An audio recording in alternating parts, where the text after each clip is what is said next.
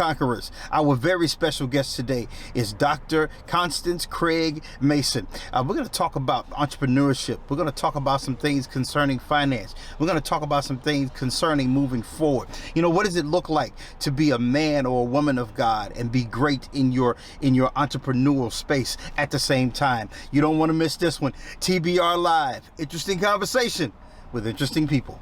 Let's go.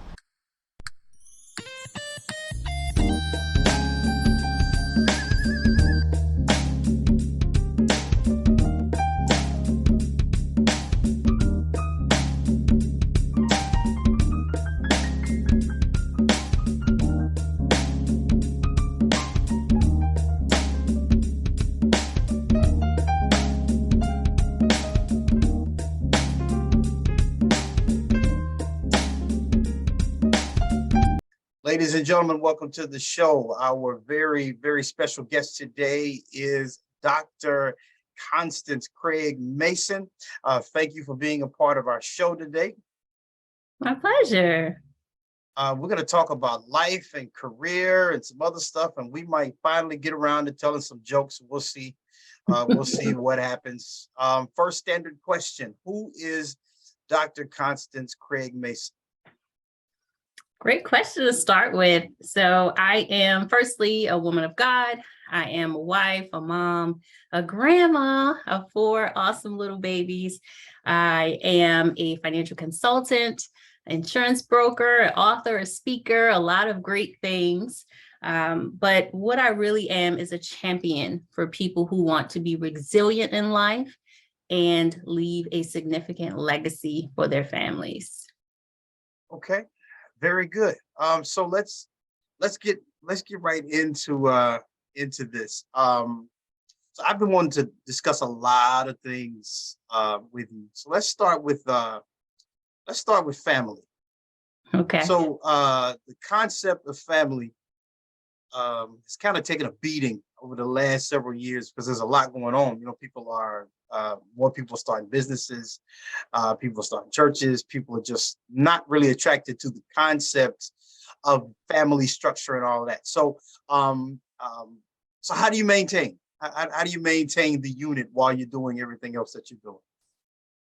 That's an awesome question. I pride myself on being able to be available for my family. So I am married.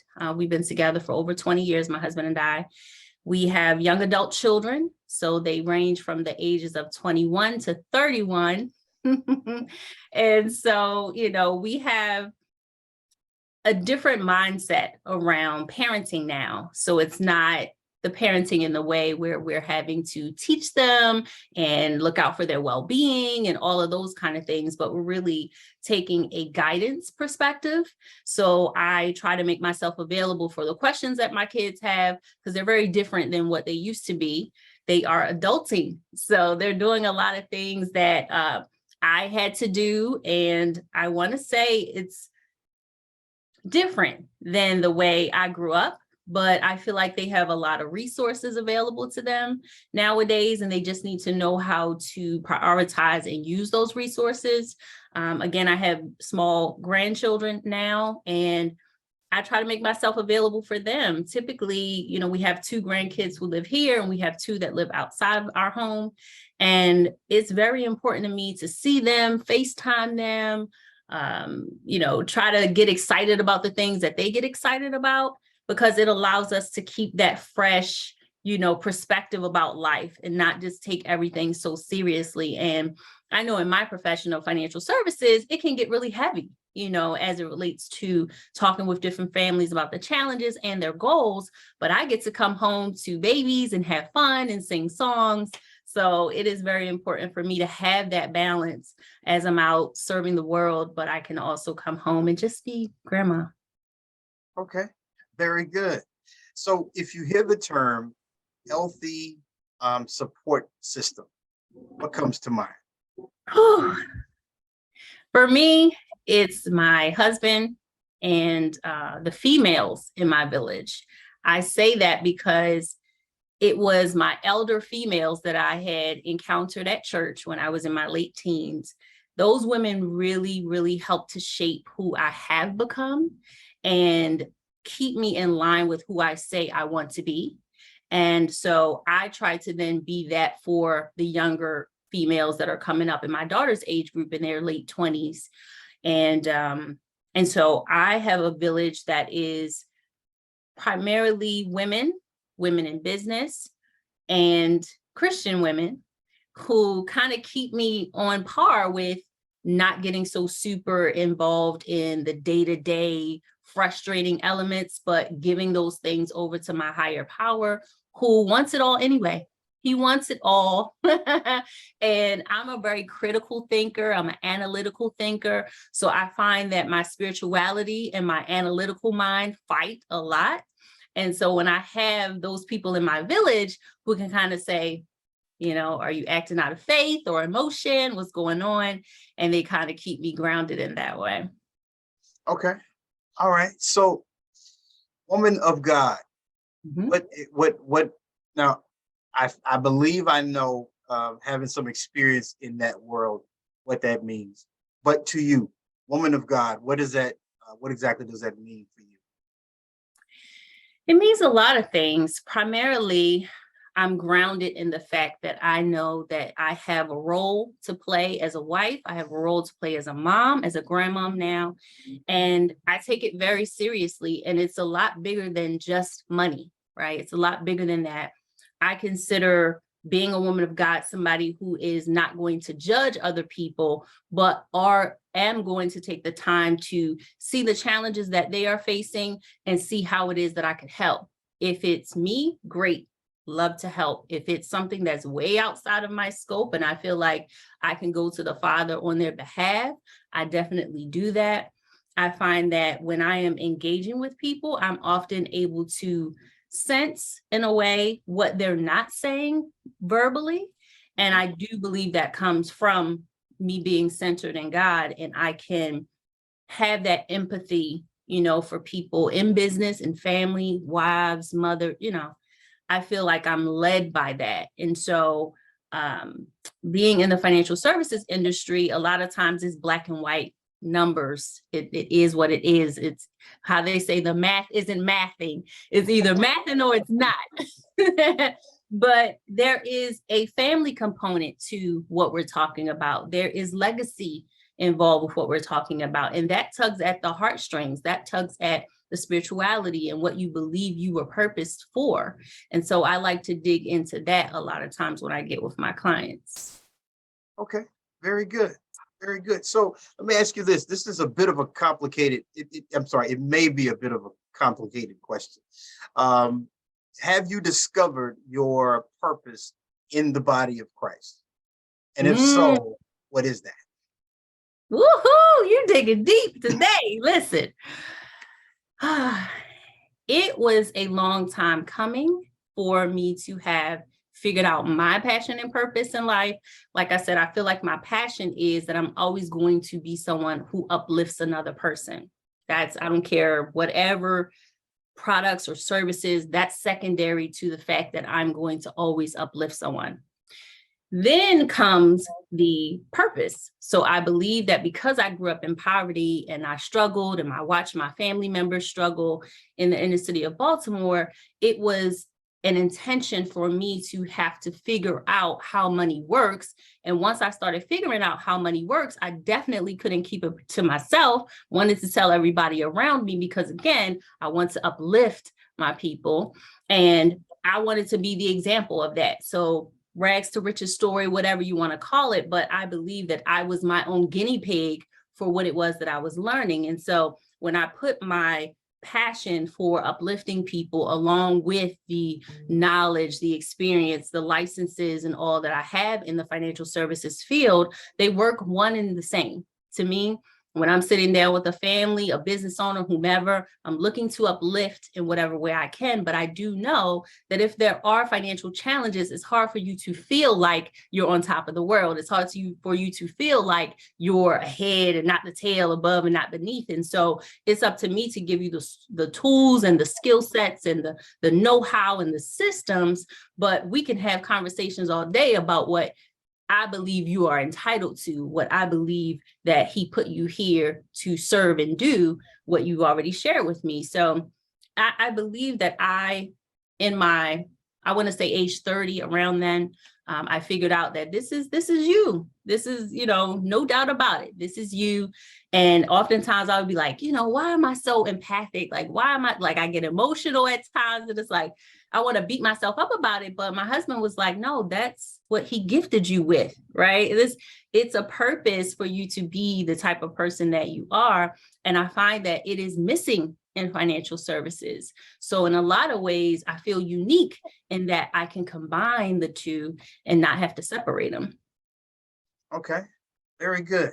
Okay, one more thing about this, and then I want to get into business. Your love and your passion for people, is that a born thing? Did you show up like that, or did you grow into that, or how did that happen?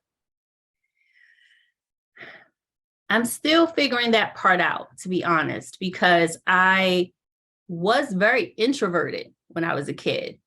And I believe that I would have said more had I had opportunities to do that. So I would observe every environment that I was in, whether it's home life, school, family members, whatever. I was the quiet kid that was just watching everything. And I learned a lot about body language, emotions, circumstances, probably way before my time. I might not have known what to do with what I was seeing or learning, but it was in there, right? And I believe that part of the upbringing of being told to be seen and not heard and stay in a child's place and all of that kind of was probably the main reason why I didn't speak up as much. But then when you add into childhood traumas, and feeling unseen anyway, maybe because you don't have a lot of money or you're not able to keep up with the Joneses, and you kind of feel small. And once I started getting into the Bible and learning how big my God was and how he says that I am in the image of him, it started to really shift how I saw myself from this negative, small, insignificant person to, yes, however you're made, you're valuable and you have something to say. And when I started going into the financial services field, and I realized that even what little things I was learning about budgeting and credit and, things like that, it wasn't investing in, very critical things, but it was things that some people didn't know around me. And when I would share those things, I would see the aha moments. I would see the empowerment in them. I would see their body language and everything shift. And I had learned about that when I was younger, seeing how sad a person could be without even saying anything, seeing how happy a person could be without saying anything. And so I was able to pick up on those cues and say, well, something is with this financial services thing where you could be whoever you want to be, but when you share information, it's universal, right? People will love to get empowered in that way. So when I say I grew up introverted, and when I say it to this day, because I post a lot online and I'm always at a speaking engagement somewhere, people don't believe it, but I do like to be to myself at times. But I realize that I can't hide. I realize that people need and want the kind of energy that I have. I just have to set boundaries in that I don't want to wear myself out, right? I don't want to pour from an empty cup, as they say. So I feel like I shifted into an outgoing person just because I feel like the need is there and I can't shut up about the stuff that I'm learning anyway. But I definitely feel like I was a lot more quiet. And that's probably how my schoolmates remember me. And so when they see me now on Facebook and I'm doing all these things, they're probably like, wow, what the heck is going on? But, again, when similar to spirituality, when you feel like something good is happening in your life, you're not about to sit on that. You're not about to not testify or what have you, right? And so I just take that into the space that I work in. Very good. Very good. Okay, so business. It appears to me, I don't know if I'm right about this. I think I am, though. Probably would have been successful at anything. Just based on hearing you talk and the way that your mind works, you probably could have done anything. How did you decide that financial services is the thing you wanted to land on? I get asked that question a lot, especially when I'm writing blogs or articles and things. Uh-huh. I don't believe I chose it. I think it chose me. Okay. Because again, I intentionally wanted better and more for my life. And I knew that financial literacy was the key to that because we were ignorant about money.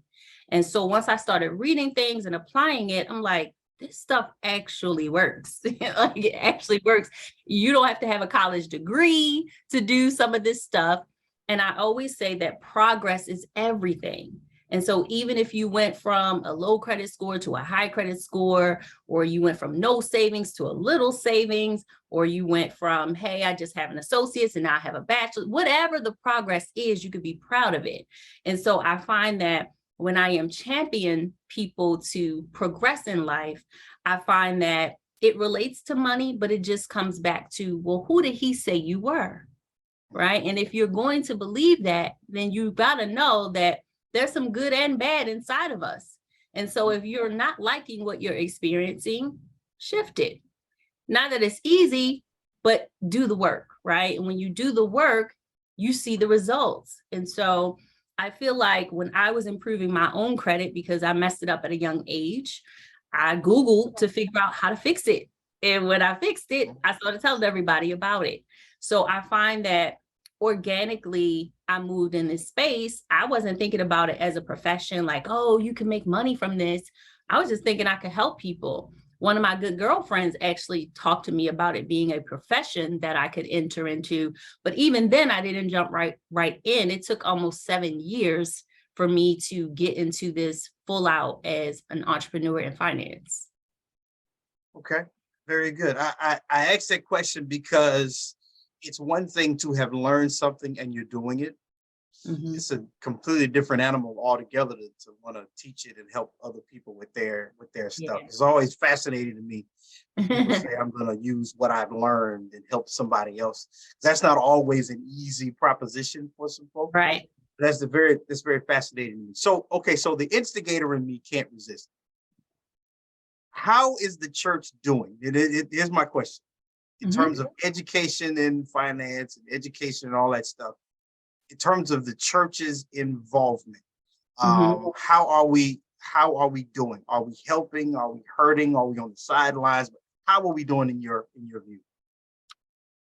I believe there's more work to be done. And I understand the position that a lot of our spiritual leaders are in that they're shepherds, they want to protect the flock. They want to make sure that unscrupulous people aren't coming into the storehouse and robbing of the people. But at the same token, that is why, as the shepherd, I believe you should be having these conversations, right? You should be vetting these professionals before you let them into the storehouse.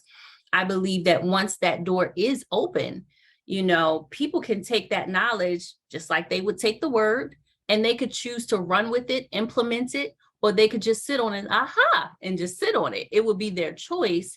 But I do believe that the churches that I've experienced that have let people like myself in to provide educational content, add value, they too see that, wow, there's some things I didn't even know. And so now it's like, well, whenever you want to come back, come on back, because now we know you're not here selling anything. It's more education. If the people do want to implement strategies and things of that nature, then of course there may be a transaction involved. That's how we do anything in life. If we want to fix our health, right, we're going to have to buy the vitamins, buy the better food. We're going to have to go see a doctor. You're going to have to pay for certain things. But one of my good coaches, Dr. Cheryl Wood, she says transformation always comes with a transaction. Always. And so that was one of the things that I got hung up on, because I am I'm someone who leads with teaching, right? I don't lead with sales. And so it was hard for me, especially in the storehouse, to go into a place and say, hey, here's the information that you need. You may be able to do some of this on your own. You may not, but I'm the person. I want to be the person that is helping you. We have rapport. You have my name, you have my information. But when it came down to actually getting the appointment or doing the transaction, I would get hung up because I was like, I don't want to be the salesperson. I don't want these people to think it's all about the money. But what I do know, even in my own life, I did not change until I start paying for stuff. Until I had skin in the game, in a lot of ways, it was going to be the same old, same old. And so it took that mindset away that you can't go into a house of God and have products and services. You can, because that is the transaction that ultimately they say they want, right? The end result is, I want to be better with saving. I want to be better with, being able to give more. I want to be able to send my kids to great schools, safe schools. Well, that requires some work. It requires some consistency and some financial literacy. What good is it for you to have all this information and then not act upon it? And if acting upon it is getting a certain product or service, well, then that's what you have to do. It is par for the course. And so I believe that as shepherds, we should be having these conversations with people who are in the finance space. And that way they can freely say, we have some great people that are coming to share with us, and feel no type of way about it. Very good. Okay. All right. So next question. Entrepreneurship. I see you light up when you talk about this stuff. So what do you love most about being an entrepreneur? The freedom. Now, I will say, right, you can't just jump out there and be free. Now, you can leave your job and all of that. And now you've got 24 hours in a day to do what you want to do. But, there's some things that you have to do first in order to get to that place full out. I do believe that if you want to do something and you are an entrepreneur, you could go sell a product or service and get what it is that you want. Whereby before, if we're on a fixed salary, or we have a fixed wage, or even, some of those jobs that have these classifications based on your title. Oh, these type of workers only make X amount. So you kind of feel boxed in when you want to upgrade your home or send your kids to private school or various things. But what I've experienced here is like, if I want to get a new computer, well, then I'm going to go sell a product or service, and then I'm going to go and get it, right? So that's kind of like the freedom I mean, is that if you want something, you have to put in the work and go get it. No one's giving it to you. And there are plenty of days where, you might not have any clients, you might not have any revenue that day, but then a few days later, you might have a comma check, come in the mail or in your account. So it's those kind of moments that will keep a person involved in their business and not give up on it, because it is challenging, especially in the first few years, because you're not only trying to figure out how you set yourself apart in the market, but you're also trying to figure out who you are in the process of that, right? And so there's a lot of digging, there's a lot of unearthing traumas, there's a lot of, why don't I like to get in front of the room, or why can't I go speak to my target market? Why am I stumbling? Just go and talk to the people. But, there's a lot that comes up inside of you when you're thinking about, well, what makes me different, or what makes me unique, or what would make someone want to sit down with me or pay my fee, or whatever the case. So there is a lot of, and I kind of usually always put the words together, personal development and professional development together, because you could pay thousands of dollars for the best coaches in the world, right, in your field. But if you have unresolved hurt, pain, traumas, and things, insecurities and whatnot, you have wasted your money, because you're not going to implement anything these people told you. Absolutely. So absolutely. I love that journey of personal and professional at the same time, because you really can't do one without the other if you want to be really successful. Absolutely. Now, there's no fair way to answer this question. Okay, let me say that in advance. Okay. But is there, or have you heard of, or in your own development, is there okay, so some people will get up one day and decide, I want to start a business. I want to do my own thing. And then some people just quit their job, jump right out the window and get rolling.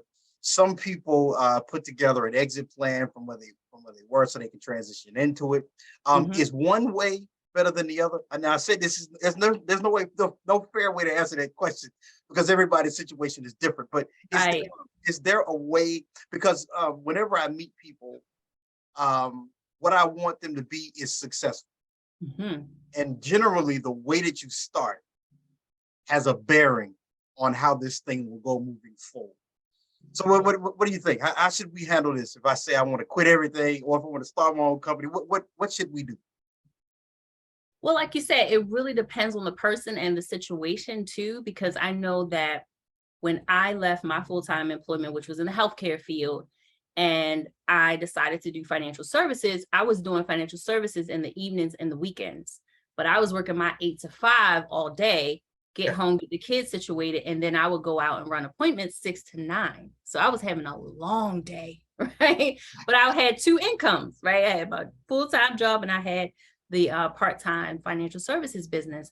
And when I replaced my income, my primary income with the part-time income, I said to my husband, I said, if I can do this in a few hours in the evening and half a day on Saturday, like, don't you think I would be that much more successful if I had Monday through Friday to do what it is that I now really love doing?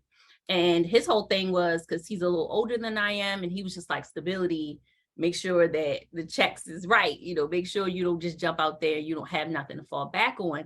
And I received that and I appreciated that. And that's what I did. Well, I did it. And for a couple of months, it was great. And then we had the 2008, 2009 financial crisis.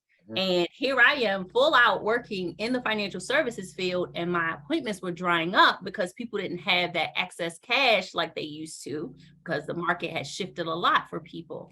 And here we found ourselves probably within a year having to file personal bankruptcy because the income that I was super excited about making had dried up.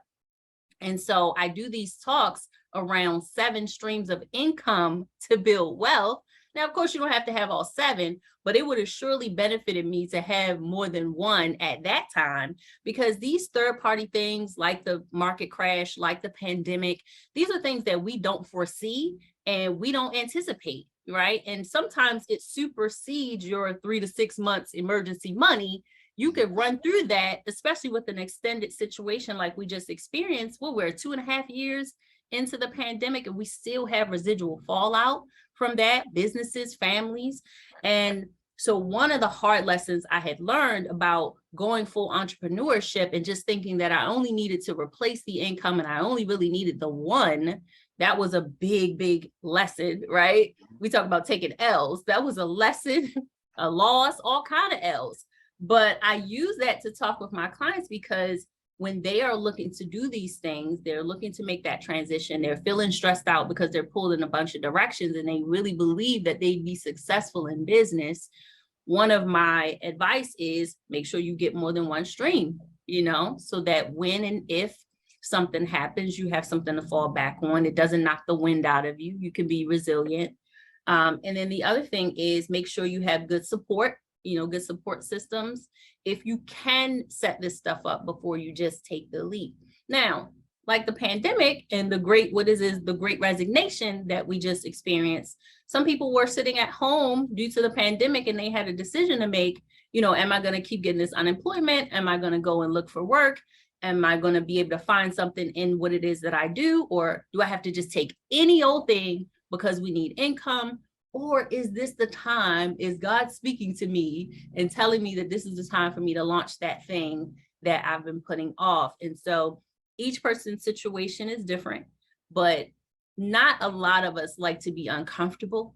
So if at all possible, try to implement things that will allow you to have some level of comfort while you build your business. Because I don't know who said this, but it's something about, like, when you're starving, like, it's hard for you to really get after something when your stomach is growling, right? And Absolutely. So I definitely encourage people to put as many things in place, or foundational things in place. Make sure the emergency savings is together. Make sure you have more than one stream of income. And I'm just saying from my own personal experience, not even from the advisor space, but just, it's hard, when you're thinking that you're doing the right thing for the right reasons, and then life happens and all your confidence is like gone. You're like, you're questioning everything at this point. Am I even supposed to be doing this? Am I supposed to be doing this right now? it's a mess. So before you get into that, just try to be as proactive about it as possible instead of reactive. Thank you. Now, my problem is I don't know why more people won't say it the way you just said it. Right. So when people say they want to do stuff, they're ready to launch a business or they're ready to do whatever, they get told in one space, you can do whatever you want. Until they tell people how serious they are about what they want to do. And then they'll say, have a plan B. Right. But the problem is they're not hearing what you're saying, because what they're saying is what you just said. But when people say have a plan B to your dream, what they're hearing is you're saying my dream is either counterfeit or somehow illegitimate. And that's where the opposition comes from. Makes sense. I don't understand why people won't say it the way you just said it. You know, there could be a disconnect, right, with what they're hearing and what the person is saying. But oftentimes that's why I share my personal stories, because it is what it is. It happened to me. It can happen to anybody. I was super eager about what I was doing. I was seeing results, but again, I couldn't control the market, right? You know, and it exposed the gaps in my own personal situation. The same stuff that I was out here sharing with other people, it exposed that in my life.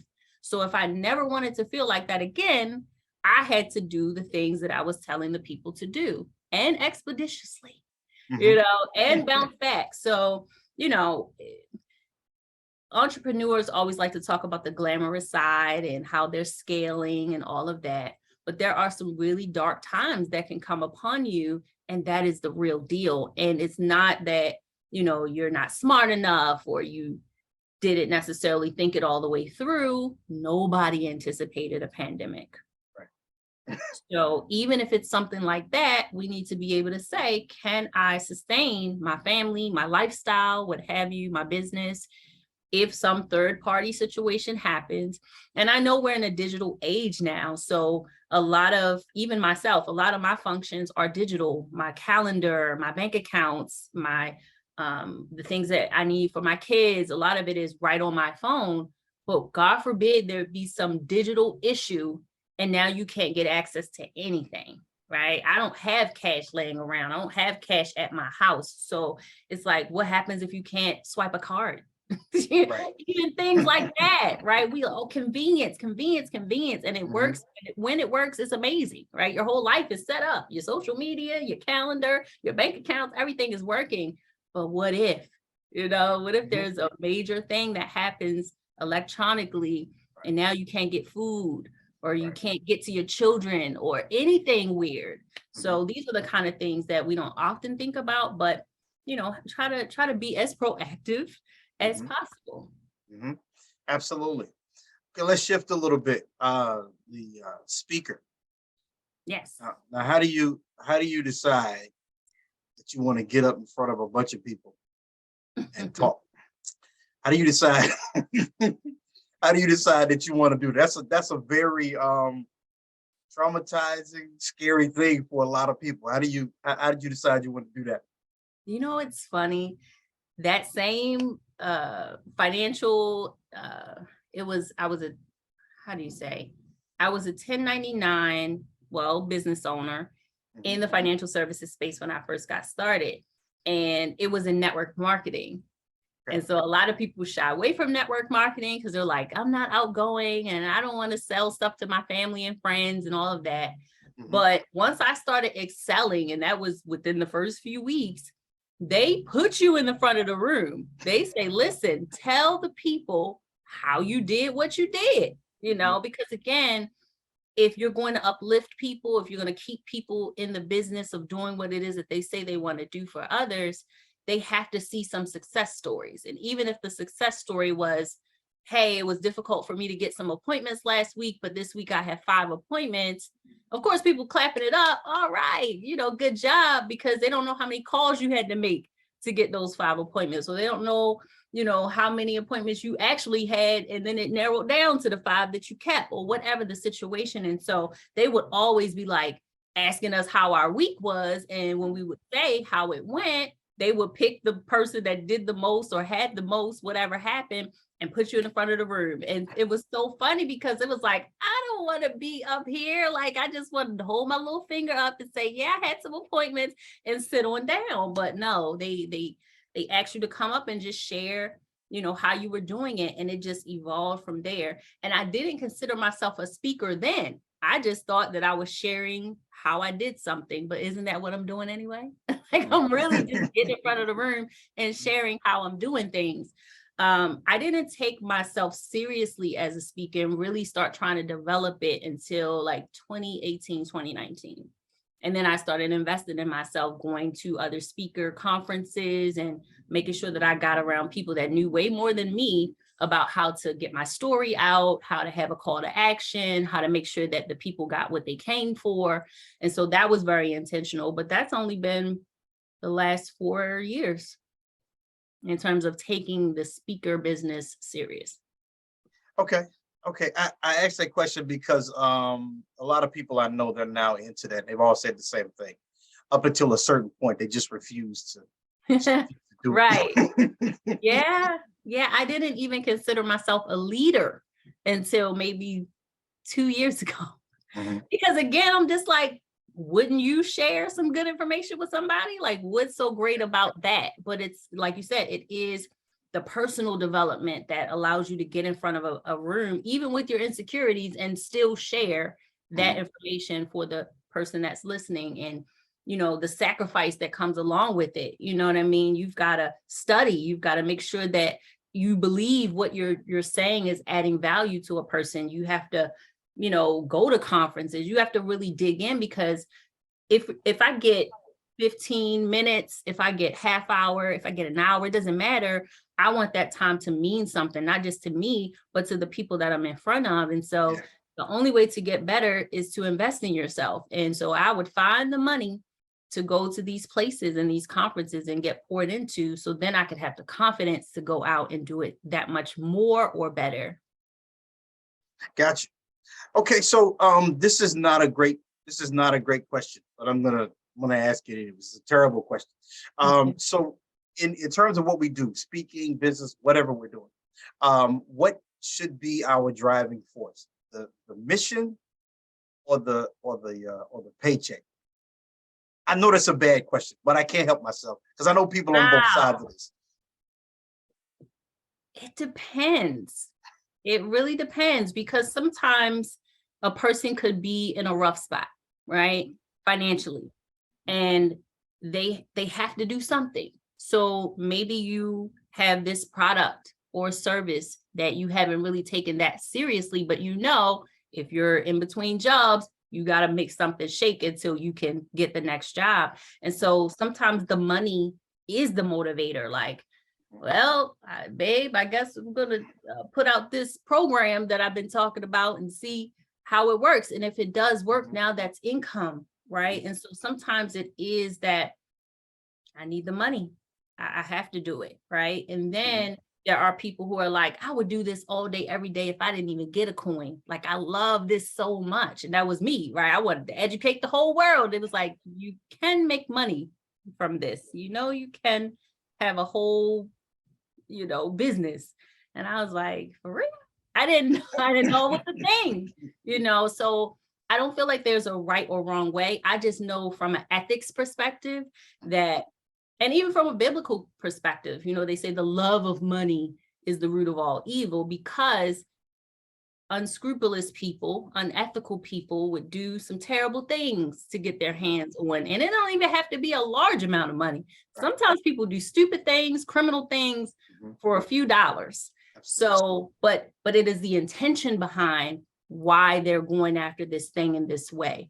And so I believe that if you're tapping into yourself and why do you want to do a thing, when do you want to do it, how do you want to do it, then it kind of doesn't leave a lot of room for the unscrupulous situations, right? You're thinking it full out. You're knowing that if you do the right things for the right reasons, you will be taken care of, you will be okay. And I feel like that's the driving force for me. It's like, I know these people need this information. It helped me in my life. I know full out that it did. And of course, I want to get compensated for my time and my experience and my learning and all of that. And you should, just like some people feel some type of way about, spiritual leaders or pastors living a certain lifestyle. They want to say, oh, you have a very nice car and, you have a nice home, you're traveling the world, and they want to almost spit on that. But if you're doing the right things for the right reasons, should you not be cared for? Like, why do we want our servants or people who have a servant leader mentality to not live decently? Why do we have that mentality? Like, we believe that doctors should get paid very well, right? We believe that certain industries deserve the money. Well, I deserve it too. No doubt. Yeah. No doubt. So when you are functioning in whatever capacity, personalities are a big deal for me. Yeah. Are you a leaper, planner, gambler, think it through, combination? Or how do you, what type of personality are you when it comes to business or speaking or however you do it? What's your process? Typically, I'm a planner. I have all kind of notes and data and things. It's my comfort zone to have a reason behind and where I'm going and why and who. I'm comfortable in that space. However, I did realize that when I started taking entrepreneurship more seriously, you can't just sit by and wait for things to just happen, because oftentimes it is spontaneity. It is walking up to a person and that you think is successful, and you do want to pick their brain. And if they will allow you to do that, they're not going to just come to you. You got to get up, go over to the person and introduce yourself. And sometimes you have to put way more money into it than you ever thought that you would. And you don't really know if you're going to get it all back or if it's going to work. And so I feel like that level of risk, I try to take calculated risk, but at times it's like, hey, babe, we gotta put this 5,000 in because it is the platform that I want to be on, or it is the space where my target market is, or whatever. And you can't plan everything to the T. And so I find that I am someone who likes to plan, but being an entrepreneur, sometimes you got to just go for it. Okay. Are you a person who, are you able to adapt to situations well? I asked this question because being your own boss, having your own thing, doing what you do, the ability to pivot is a very, very big deal. Mm-hmm. So do you have that? Are you developing that, or where are you?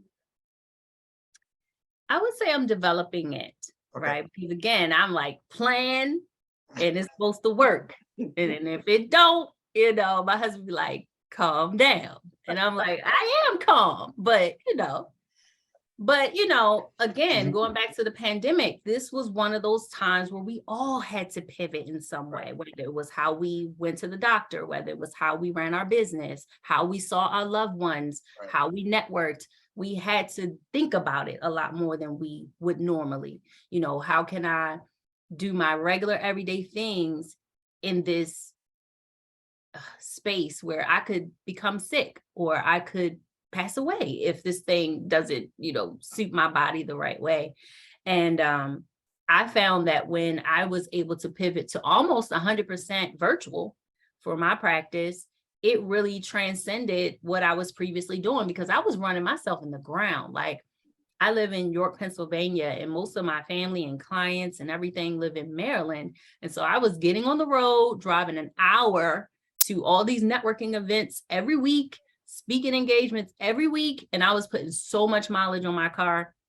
And then I ended up taking ill.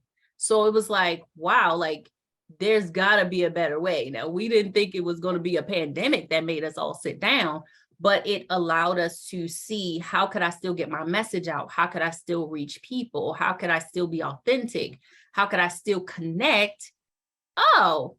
Online or Zoom or whatever. And so I have learned to be a little bit more flexible with my plans, because sometimes, what you thought was going to be is not, but it doesn't mean that you can't still progress.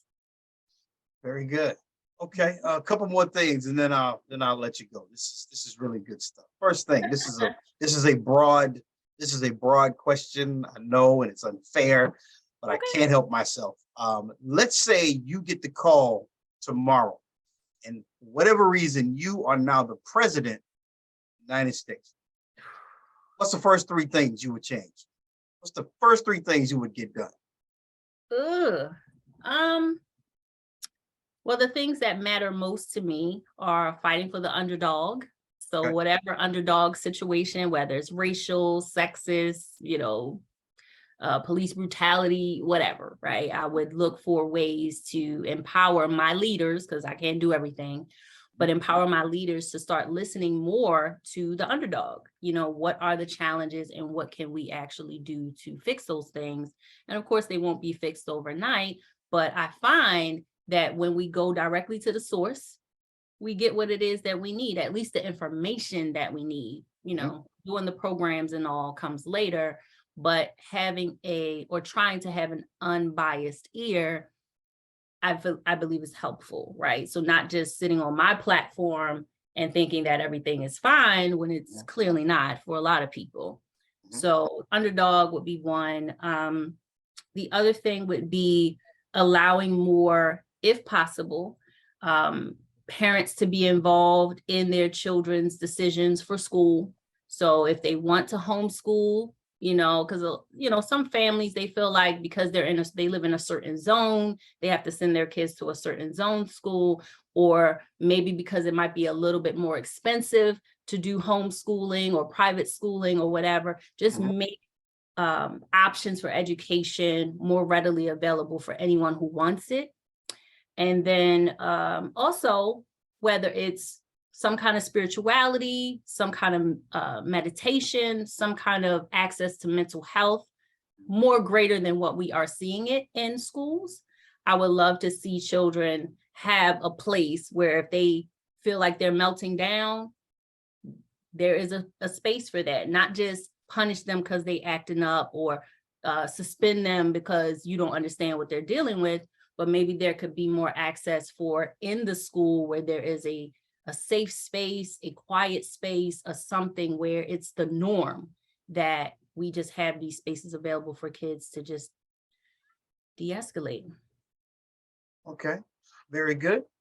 All right, let's do a little bit of word association. I'll give you a word. You tell me the first thing that pops in your brain. You ready? Okay. All right, faith. God. All right, money. Options. Equity. Us. Fairness. Oh, fairness. Equality. Growth. Personal. Transition. Necessary. Bible. Roadmap. Okay. All right. Very good. All right. Lastly, how can we find you? If we need your services, if we want to reach out to you, how can people connect with you?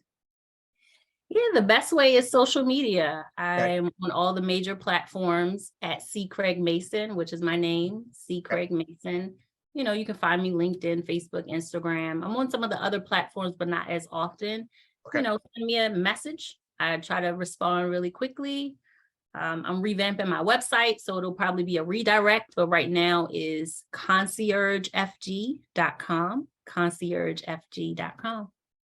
Okay. Do you have anything coming up that you want to promote? Are you cutting an album? Are you singing or rapping? Are you speaking somewhere? You got anything going on you want to talk about?